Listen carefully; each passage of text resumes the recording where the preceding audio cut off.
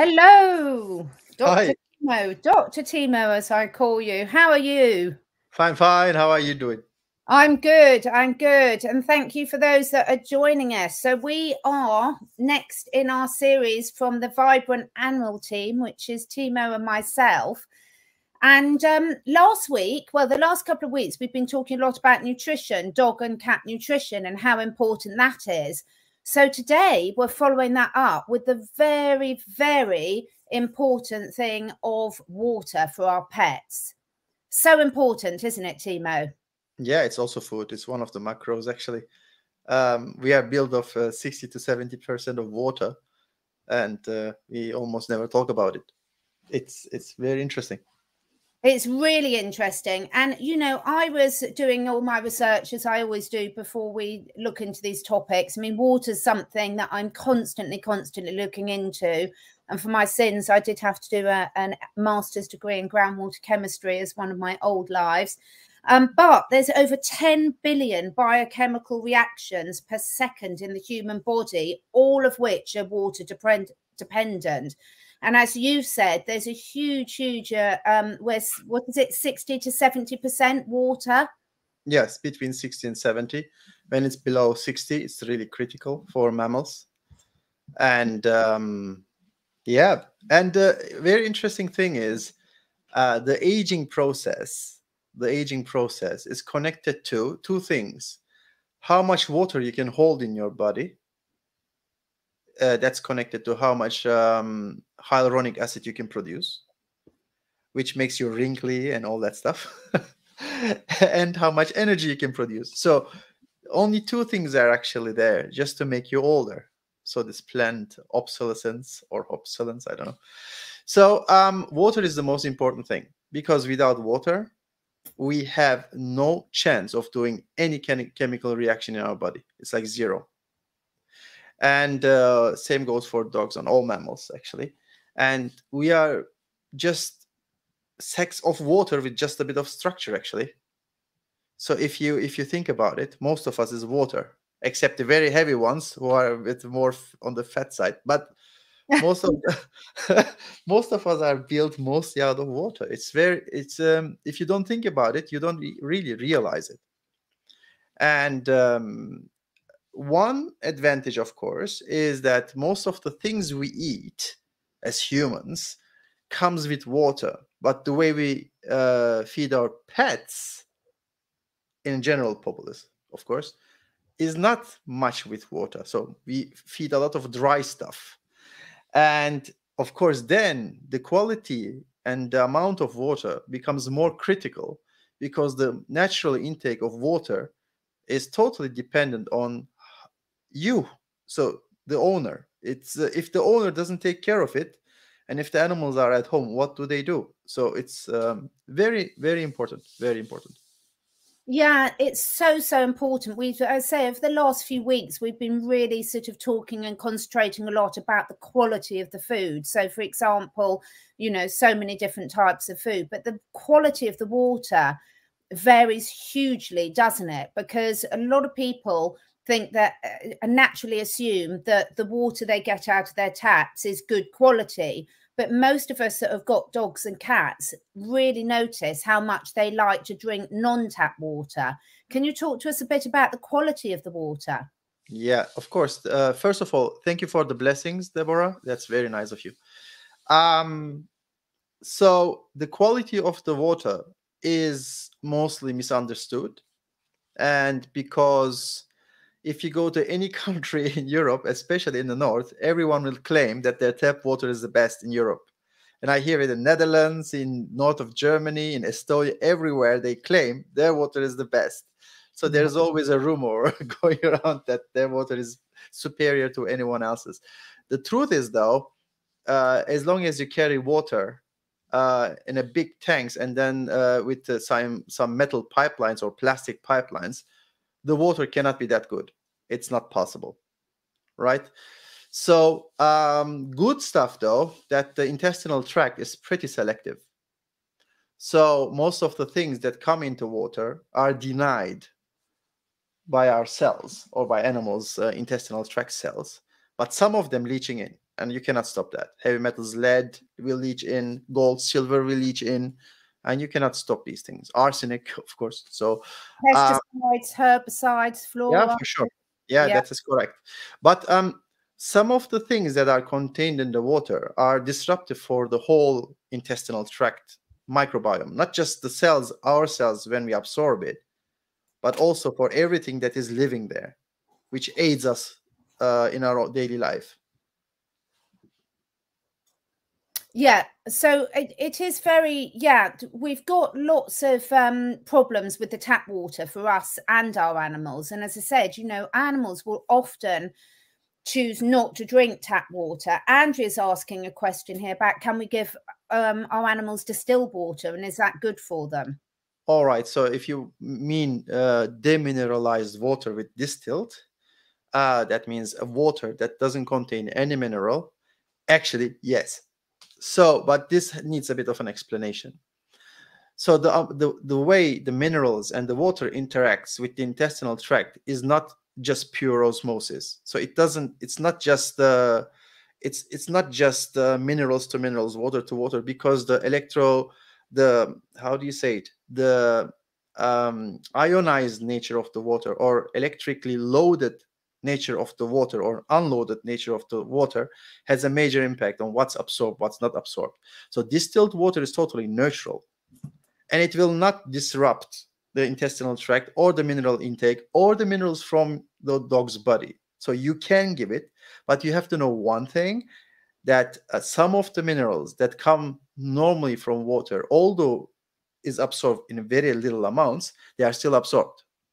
So if the food is not rich in minerals and you give distilled water all the time, you will lose a lot by giving distilled water. But if your food is perfect or even abundant, then distilled water shows no threat. It's all good.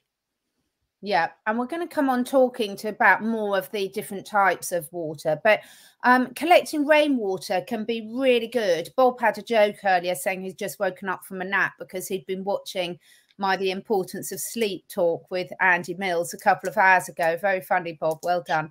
But yeah, collecting rainwater for animals can be really good depending on what container you collect it in, can't it?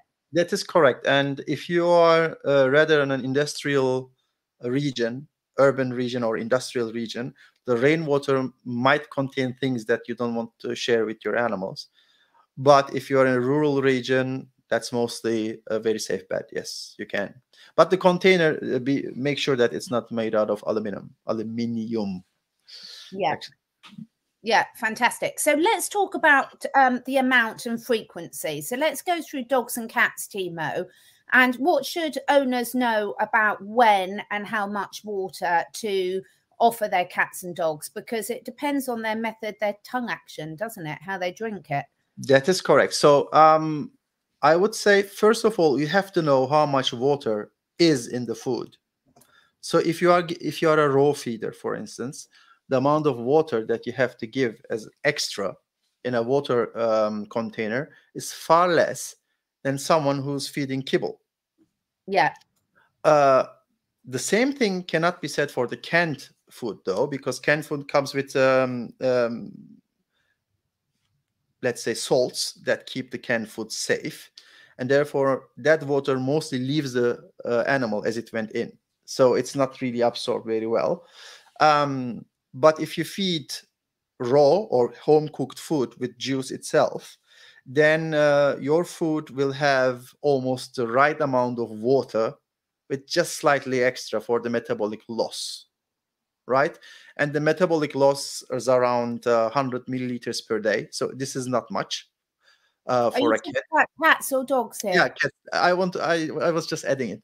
So for cats, and dogs can have anything between 100 to 500 milliliters, depends on their size and how fast their metabolism is, how old they are.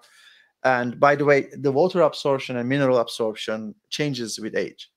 So that means young animals will always absorb more water, and they will drink more water and use more water than the older generation. So keep that in mind. If your pet is far older, make sure that there's always enough water, but don't expect it to drink water as it did 10 years ago, right? Yeah. Okay, but would you always obviously recommend that pet cats and dogs have water down, fresh water down at all times to allow them to drink when they need to?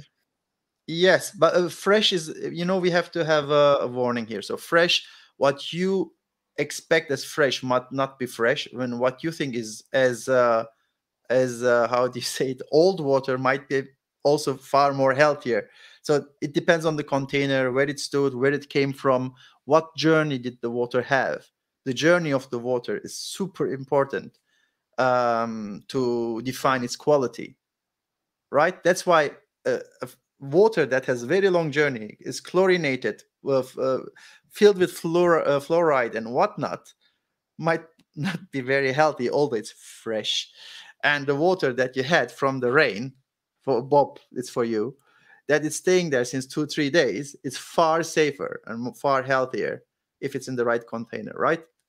So Yeah. although it's fresh, it's actually far better. So if we're talking about, so let's give some practical examples for people living in a house. So I always recommend people really investigate a good quality water filter based on sort of their needs, because as we've always mentioned, most tap water now, regardless of what country you come in, comes with a lot of added extras that are not good, unfortunately. So one of the things I quite often see is people not cleaning out their water bowls very often, and that can leave that awful bacteria sort of microfilm around it, can't it? That is correct. It's not in the best interest of the dog and the cat. And some of the parasites are also growing there. It's like Giardia. It's a typical problem for all the wet regions of Europe. And why is that? Because it grows in water. So that's important. It's also important that to make sure that the bacteria or the patina that grows in that bowl is heavily contaminated, not just with bacteria, but everything around that sticks to it. Yeah. So there are protein rests, fat rests that are oxidating all the time. It's like actually a trash can just filled with water. It's just, Yeah.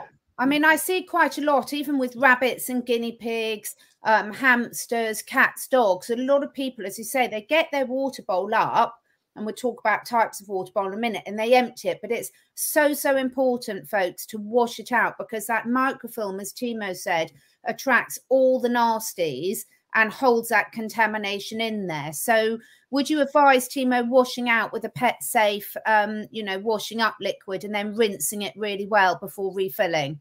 That is a possibility, but it depends on the material you are using. If you are using really good quality of, let's say, ceramic, then maybe rubbing it with something hard, it's enough to get rid of it if you do it regularly. Of course, if you don't do it regularly, really good safe detergent might help you get rid of the old gunk that just collected there.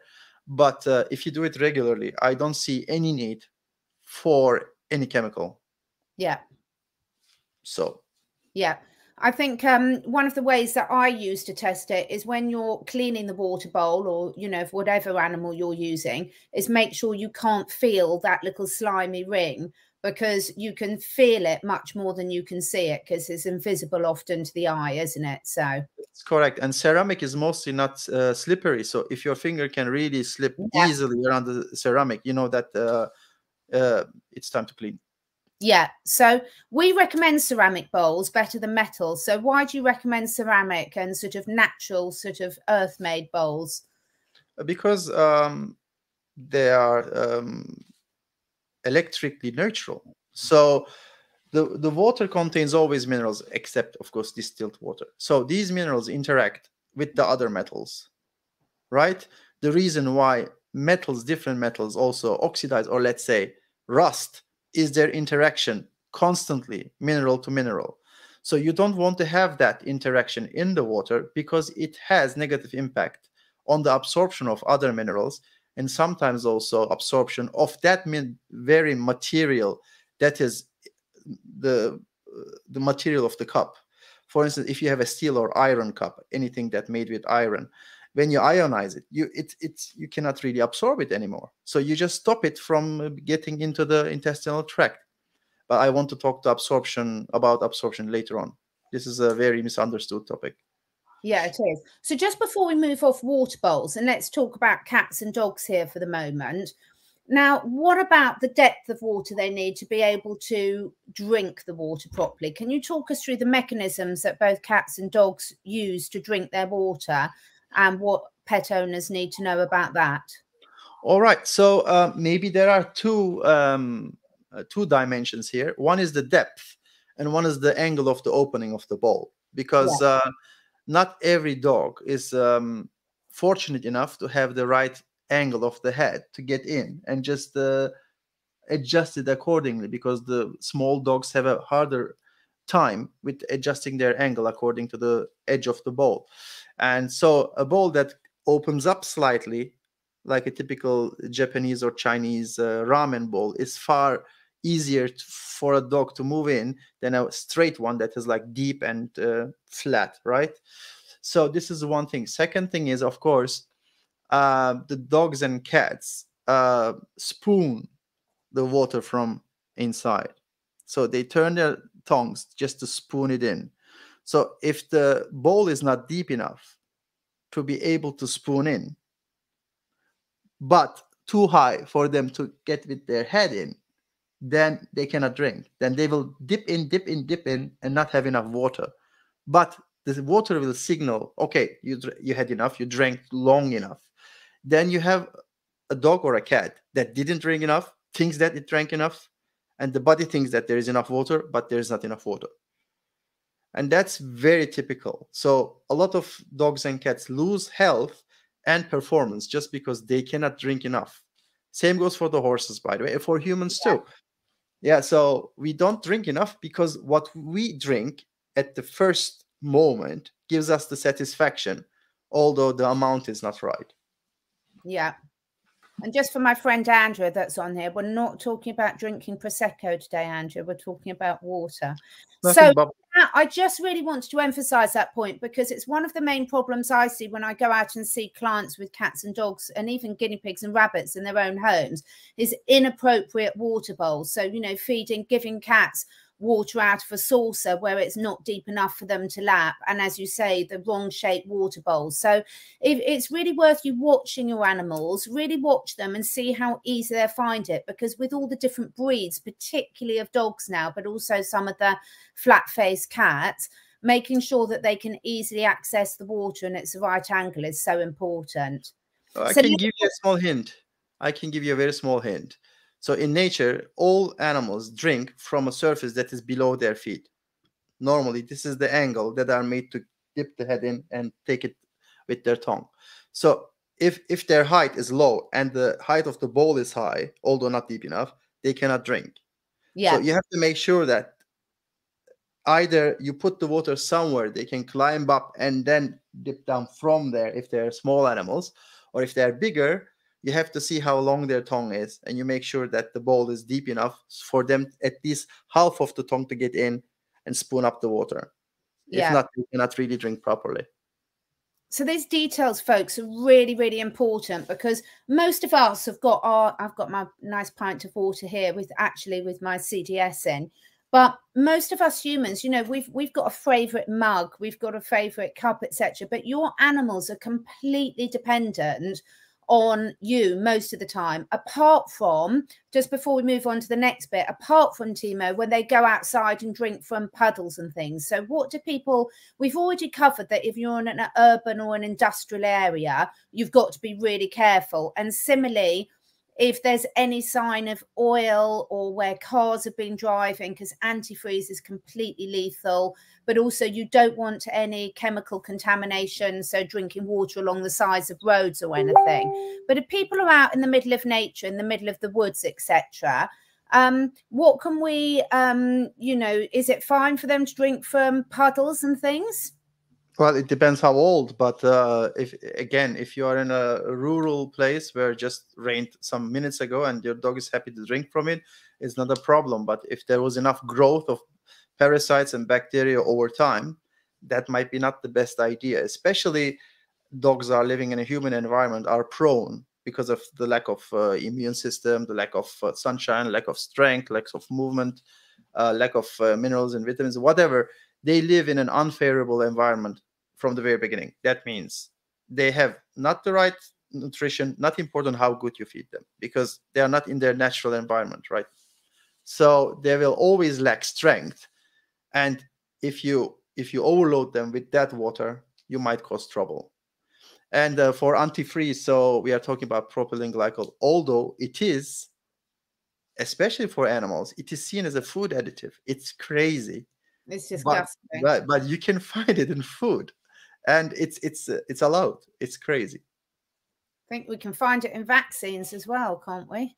We can find it in many things. Yeah, effective. Okay, so let's get on some of the exciting bit then. So you were talking about that you were going to talk about the mineral absorption. Spit my words out. So talk us through what you want us to know about how animals, the difference between how they absorb minerals from their food and their water. Okay, so first definition, most of the water, bottled water that you can buy is sold as mineral water, right? So it gives you the impression that when you drink that, or when you give it to your animal, they get their minerals from. So this is just marketing dribble, because most of these minerals are very, very not very bioavailable.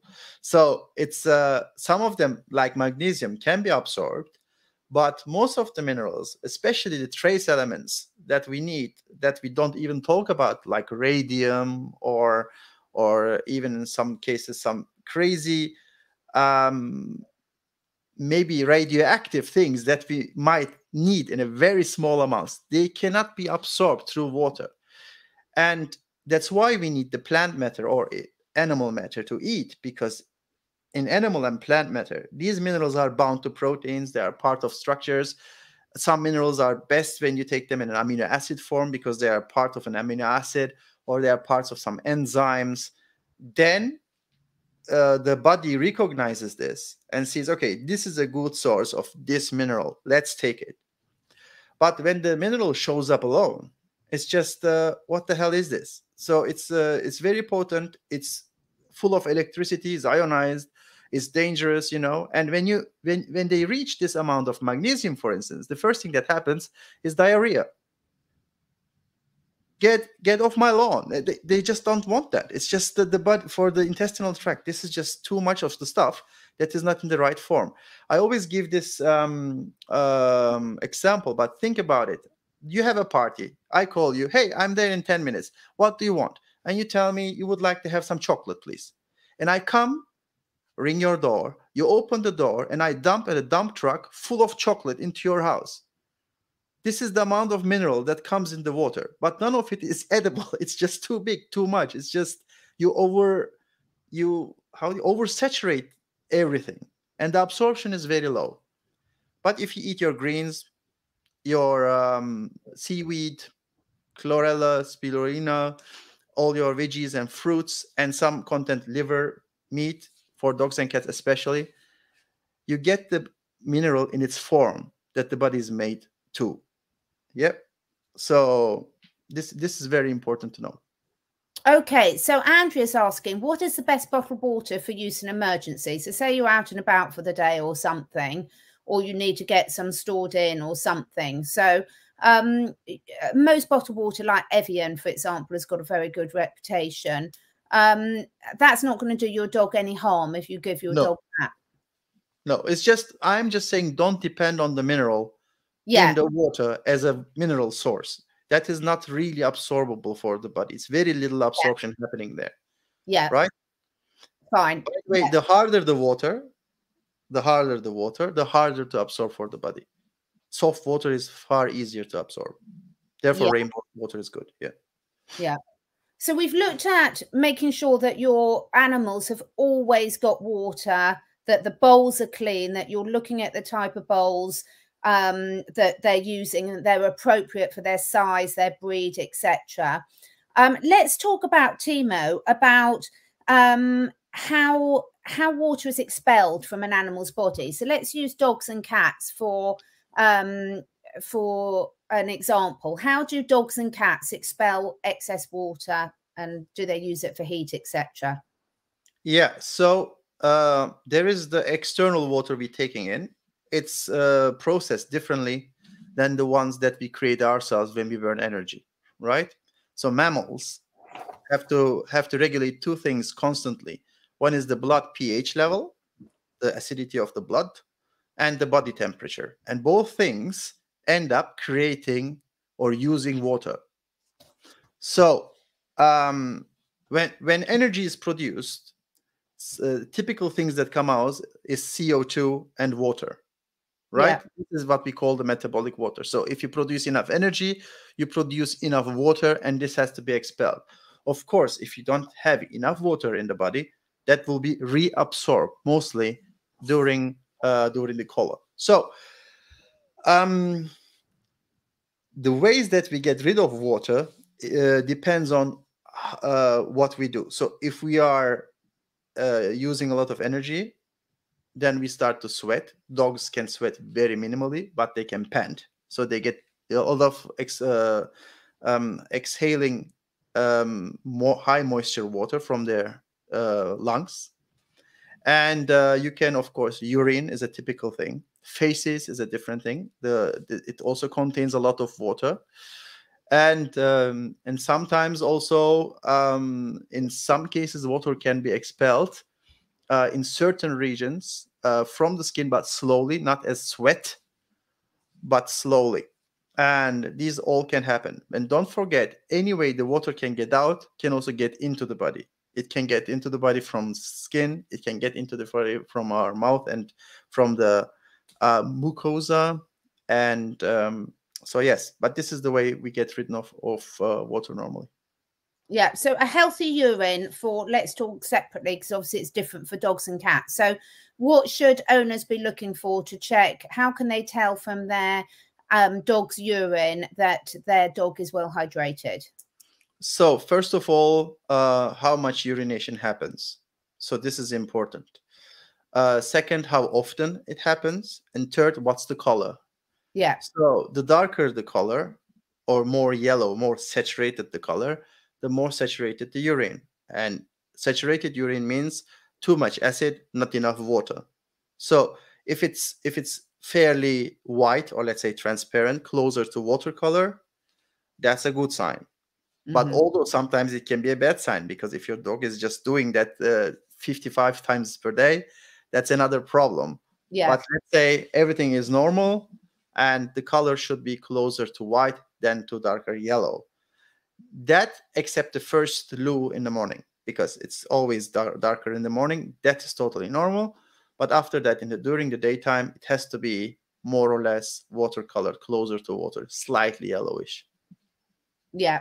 Okay, great. And what about for cats, Timo? Although they're very private, trying to see a cat. That is correct, but you can actually smell it better than you can see it, especially if the cat is male. You can smell the difference very easily. That you have to check the smell of course, of the uric acid, and how do you call it in English? This is the same smell that bodybuilders and the lifters are always using. They break it. Just the ammonia. Yeah. Ammonia. Yeah. This is the ammonia. The amount of ammonia will tell you how acidic the loo is. But don't forget, cats are heavy protein eaters. Yeah. So they have always more acidic urine. That's totally normal. But over time, you can feel it when it gets too acidic, which is a bad sign. Yeah. Okay, now Linda's got a question here. I'm sure we've both got an opinion on this. You can start. What's your advice on water fountains for pets? Well, if your dog or cat is drinking as much as it's playing with, then that's a dangerous thing, because water, like anything else, can be toxic. And for humans, that's 21 liters. So at the 21st liter, you die. And up to 17 liters, if you are doing no sport, nothing, you get unconscious. So for dogs and cats, it's much smaller amount, of course. And some cats and dogs are really having trouble with drinking just too much of it. So be careful with it. I think it's not a very good toy. Yeah. I must say, most of the clients that I've seen, and probably doesn't apply to Linda, but I find that most of them, one, they're mainly plastic based, which isn't necessarily a good idea. And secondly, that they're not necessarily always kept very clean. They can be quite difficult to clean. So certainly personally, I wouldn't advise the water fountains. And Helen's got an interesting point here. She got a water filter because my dog refused to drink the tap water, prefer to drink the puddles outside. Now, just a little tip, what I do, most of the people that work with me or have known me for a while know that I work a lot with animals self-selecting, and that also applies to water. So it's really interesting sometimes to put different bowls down with some rainwater collected, some of your filtered water. So I've got 2 different water filters, and also some of the tap water, and watch to see what your pets select. I find that a really good tip.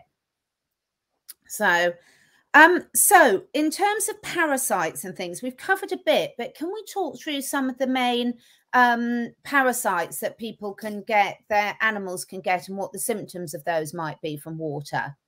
Yeah, that depends again on the region you are living. But if you have animal husbandry, like livestock around your house, then the possibility that the groundwater and then the rainwater and the puddles are contaminated with pesticides, fertilizers, animal feces rests, urine rests, and of course a lot of salmonella is a possibility. A lot of enterobacter species are a possibility, and giardia is a possibility to be in the water, and they grow quite fast, very, very fast. So you have to be careful with that. Yeah. So it's really important. I mean, in the wild, humans and animals would always, at a preference, drink from running water. And the reason they drink from running, moving water is because obviously it's moving the contaminations along. It's not sitting there stagnant. So anytime your pet or yourself is drinking from still water, you should view it with the utmost caution. Now, as Timo said, if it's just rained and there's a nice fresh puddle and you're in a nice country, unpolluted area away from farmland, I'm going to mention something about farmland in a minute, then that's brilliant, because quite often it's got minerals and, algae in it, hasn't it, Timo? That's correct. And that's totally fine. So it's the way that's super, super nutritious also. And some dogs choose it on purpose. They just search for it and they get it. That's great. But don't forget, there are a lot of pollutants that the dog or cat cannot smell, cannot feel, cannot know. Same with a lot of parasites. So they are there, but the cat and dog is unaware of it. They will just drink that water because of some other advantage. Yeah. And I really advise, a lot of my people that I know walk through lovely farmland, but they let their dogs swim in ditches along the side of the farmland, and that's a definite no-no, because they're always normally, unless you're 100% sure it's an organic farm, they're normally very heavily contaminated with pesticides and herbicides. Is there anything else before we move on to this next question, Timo, that you want to say about algae in ponds? Because some of those are very dangerous for dogs, aren't they? That is correct. Yeah. Some of them are very dangerous, but some of them are healthy. So it's really hard for you to know which one is which one. So try to avoid unknown ponds. So try to avoid green ponds. Try to avoid also water that is not rich in oxygen. That means if it stays calm for a very long time, better not. Yeah. Water fountain with a charcoal filter and spring water. What do you think of charcoal filters? Oh, charcoal filters are mostly natural. So they are there just to bind everything that is extremely active chemically, which is a good thing, because again, the intestinal tract doesn't want any of that. So it's a good thing. But again, the water fountain is, if the dogs and cats are playing with it and it's a safe material, I don't know, I don't have anything against it. But it just has too many risks for me to see it as safe. So it's like, I also don't like my children to be on the motorcycles. It's not like I'm sure that they have a crash, but I just don't want it. So I don't see it as safe. Not a safe toy. Yeah. So just one of Rosalie's questions again, before we move on to some of that issue and swallowing water, which I really want to raise with people. Diatomaceous Earth, what is your view on that? And again, I've got a view on it for parasite control for internal and external use. So yes, and also of course we do a lot with horses, so that is total. Yeah, in a horse world, this is just like totally normal, let's say. Yes, you can, but again, the parasites, you can control them with far easier methods, and one of them is just cut the starch, and most of the parasites are just gone. And but yeah, it's a method. Yeah. And I use DE a lot for external parasites. Personally, and this is just my personal opinion, because I know loads of people use it very regularly for internal parasite, but having studied for years and years now the internal workings and the gut and the microbiome, my concern is that the method of working of the DE, which is breaking down the exoskeletons of the parasites, has also got the potential to damage the very delicate gut lining. The argument that the manufacturers have said is, well, it doesn't because it's wet. Well, if it doesn't damage the gut lining through its harshness because it's wet, then how does it break down the exoskeleton? So I don't like seeing people use it long term. For short periods of time, absolutely, but a lot of people keep it on long term. But great questions. So before we come on to the next questions, Timo, one thing I didn't want to miss out, really important. So there are some dangers associated with throwing balls for dogs in water, dogs playing in the sea, etc., when they're chasing things and swallowing things. Can you talk people through that, please, and what they should look out for? Well, the breathing and the function of mouth during the play in water is a bit, I said, neglected. So it's especially if you have a ball, you can obstruct the airway. The dog can just swallow it and cannot do anything again. It can just die there in the middle of water. It can drink a lot of water that it would normally not drink. It would have to swallow the water that might be not safe at all. And the toy, every time the dog squeezes it just to grab it better or just attach to it, also leaves more water inside. I think this is not a very good toy to play in water at all. It's just too risky for me. Sticks may be better, but I'm not a big fan of playing in the water. So it's just, I think swimming in the water is okay, but it's just too risky for me. Yeah, because they can get secondary drowning, can't they? Which that's correct, and it's just I've seen a lot of vets saying that can be a big problem. Yeah, and think about it. All the bacteria and all the parasites maybe in that water has free access to anything they want. They just get in the way they want. It's too risky. Yeah, so be very cautious about when you're playing with your dogs. Obviously, dogs enjoying time in the water is really good, but please don't throw things like balls and things for them to catch, because they can unintentionally swallow a lot, and as Timo's explained, can cause a lot of issues. And certainly my vet that is absolutely brilliant and I get along very well with, has said that it's a very big problem sometimes in the summer. So, and I think this also applies, isn't it, with people playing with hoses with their dogs, because again, they can swallow too much water and it's not the right quality of water, and it can cause issues, can't it, Timo? That is correct, and they don't know it, that they are already oversaturated. They don't know it. That's the problem. Yeah.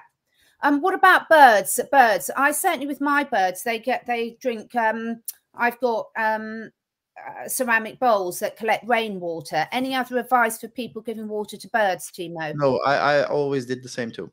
Yeah, rainwater, so long as you're in an unpolluted area. Timo and I both live like Bob in the middle of the countryside. About the silver. So yes, the mammal body has a lot of minerals that have, let's say, rivals. And silver is a rival to gold. Gold has a function in the body, silver doesn't. So if you add silver to the water all the time, there is a point, a tipping point, where this silver cannot go anywhere anymore.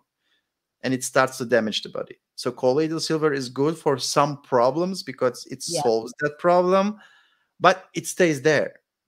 It goes there and it stays there, and it starts to bug the normal cells, the normal tissues.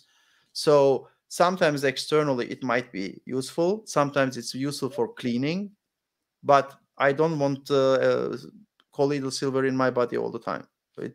I don't think it's useful.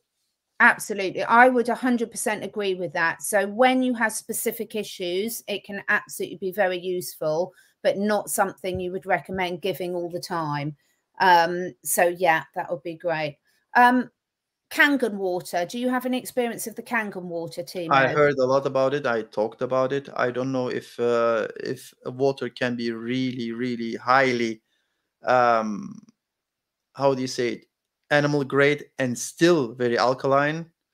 I don't know, but I can say one thing: whatever the claim is about water, the water absorption of any type of mineral doesn't have any healing effect, special effect, because the cells decide what comes in, what doesn't come in, and keep the water as neutral as possible, and it functions the best.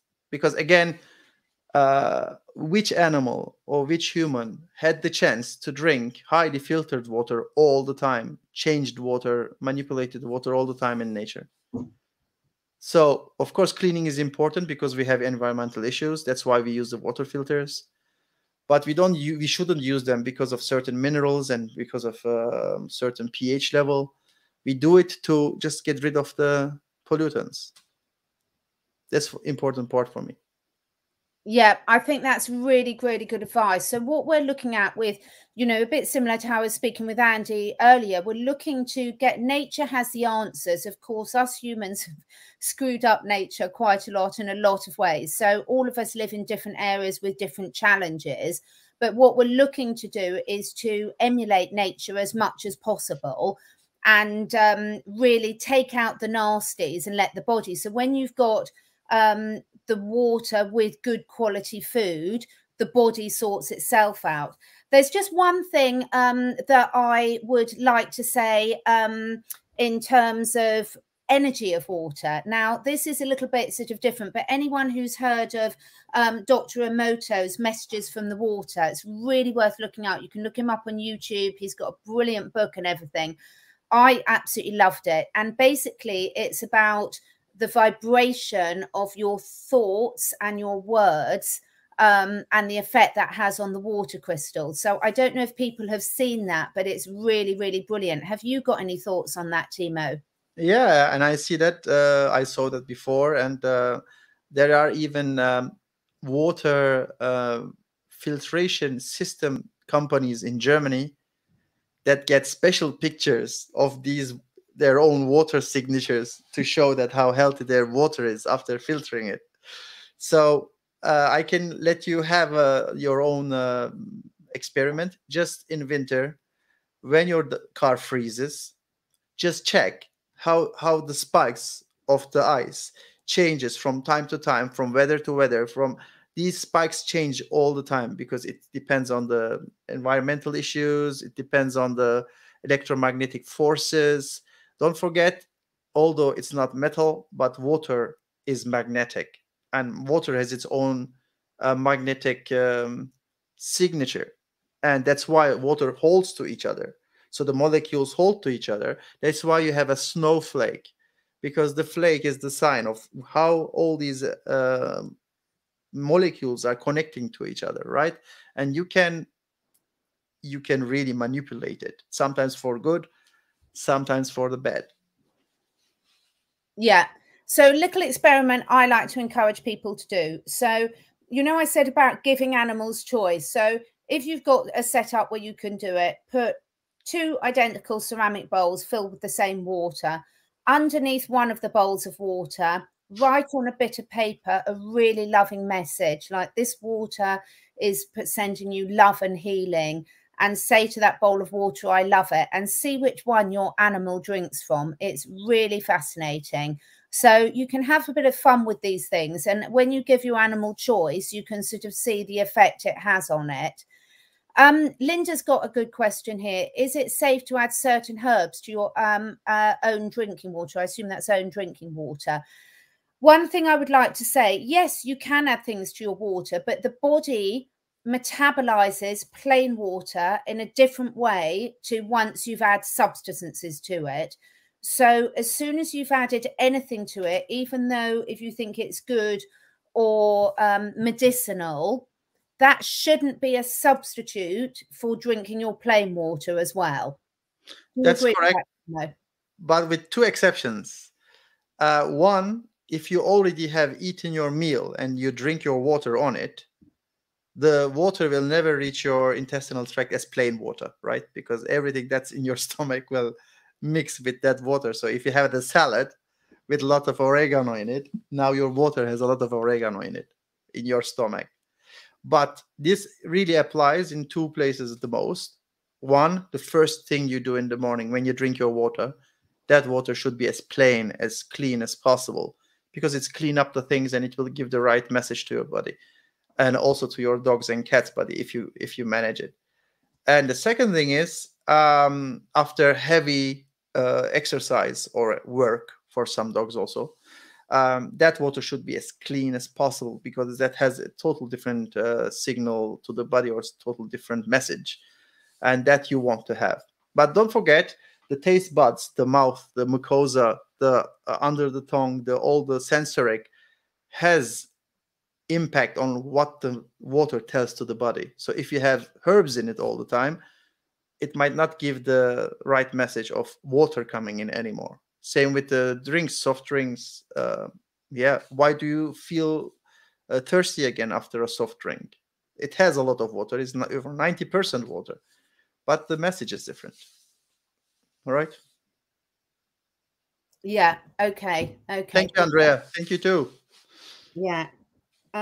Yeah. Okay. Sorry, one of my dogs has escaped, so I'm going to have to call it a day now. And yeah, go. So thank you so much, Andrea, for your questions. Thank you so much, anyone, for your participation and everything. Is there anything else that you'd like to add? No, it's. I think we covered most of it. In the next sessions, if somebody still has a question, just hit us. Yeah, so please, once this goes on YouTube, it takes a little while to process. So if you've got any other questions, please feel free to put those in. And thanks very much. It seems like a simple topic, but it's one that's very often overlooked. So thank you very much for all joining in with us today. Have a lovely day. Bye. Bye.